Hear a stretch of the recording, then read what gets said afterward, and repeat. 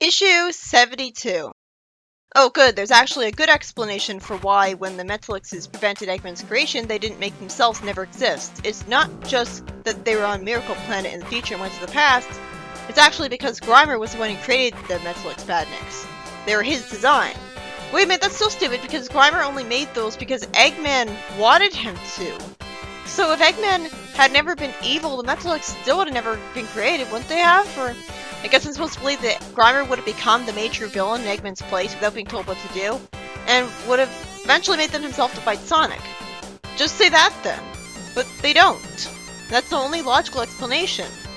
Then Eggman says that he helped, and Grimer explains that all Eggman did was design the self-destruct program. And the program spelt the French way. I guess that's how it is in British English. Then Sonic is mad at Eggman because he sent him after the Metalixes, risking his life when he could have destroyed them by remote control. So really he was just doing that to try to kill Sonic.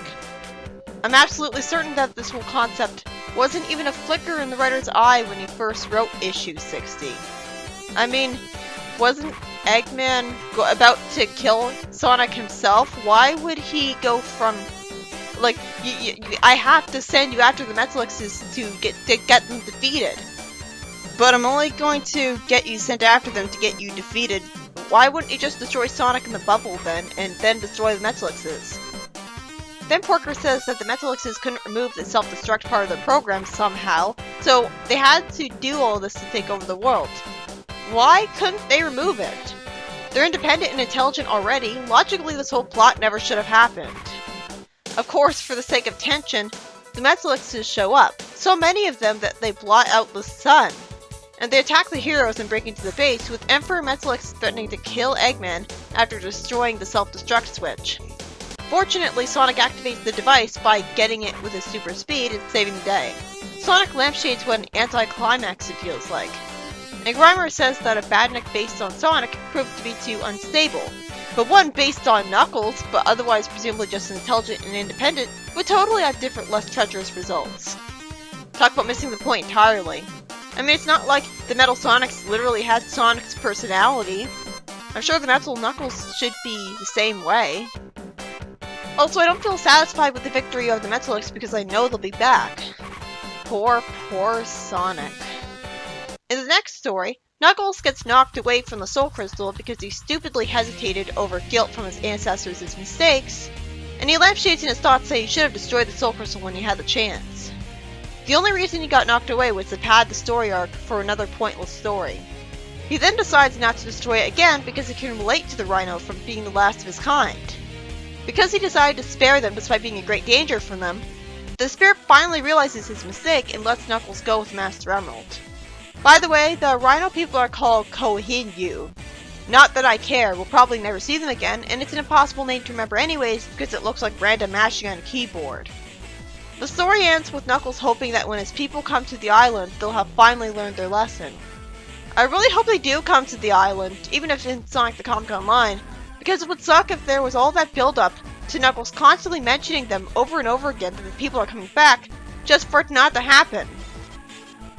In the next story, in the Odor Zone, something makes the civilians run away because it's tearing through the forest. For some reason, Tails thinks it might be Porker out jogging again. Sonic tells Tails to just stay here and help with the cleanup, which Tails doesn't object to at all, and Sonic says that the people in the underground movement in the Odor Zone could shed some light on this. Then he says the zone is even messier than his bedroom that we've never gotten to see. He then says he didn't expect Eggman to approach these people for some reason, as he's holding a raccoon with a French accent. Their leader, Marcel Skunk, was caught by Eggman's badniks and turned into one when he tried to sabotage the doctor's lab. At least these skunks being French makes more sense than Antoine being French, because it's ripping off Pepe Le Pew.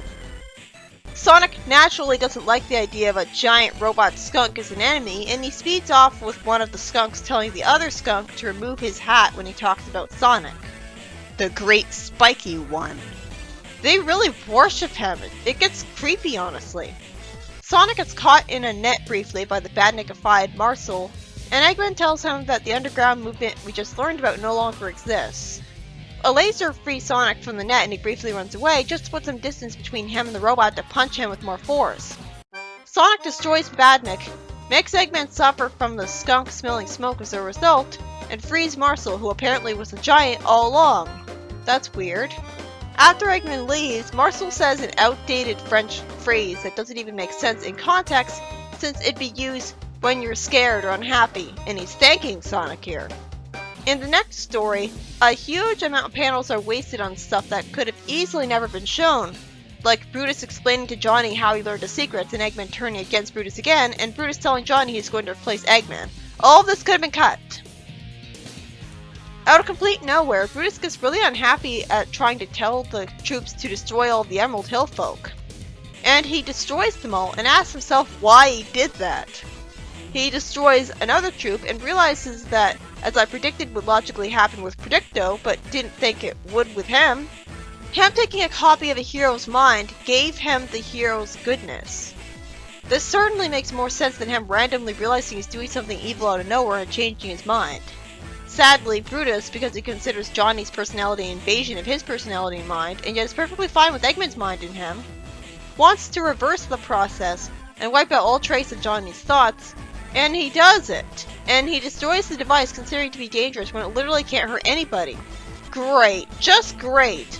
He was able to somehow delete Johnny's goodness from his brain, just like that in one panel. So much for him becoming a good guy. Oh no, that would have been interesting.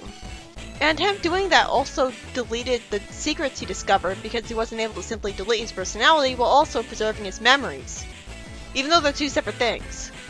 Brutus returns to his base in Misery Zone, and the story ends with him still plotting against Eggman. Nigel Kitching wrote the first two stories. The first one had the revelation that Grimer made the Metalics, explaining why they didn't disappear when they made Eggman never be created, as Eggman only went on to make their self-destruct switch. So that explanation impressed me. It's about Sonic destroying the Metalics by hitting Eggman's self-destruct remote control button, and lampshading what an anticlimax it feels like. The second story has Knuckles relate to the spirit about being the last of his kind, and the spirit finally realizes he's the good guy because he didn't destroy the Soul Crystal. This lets Knuckles take home a Master Emerald.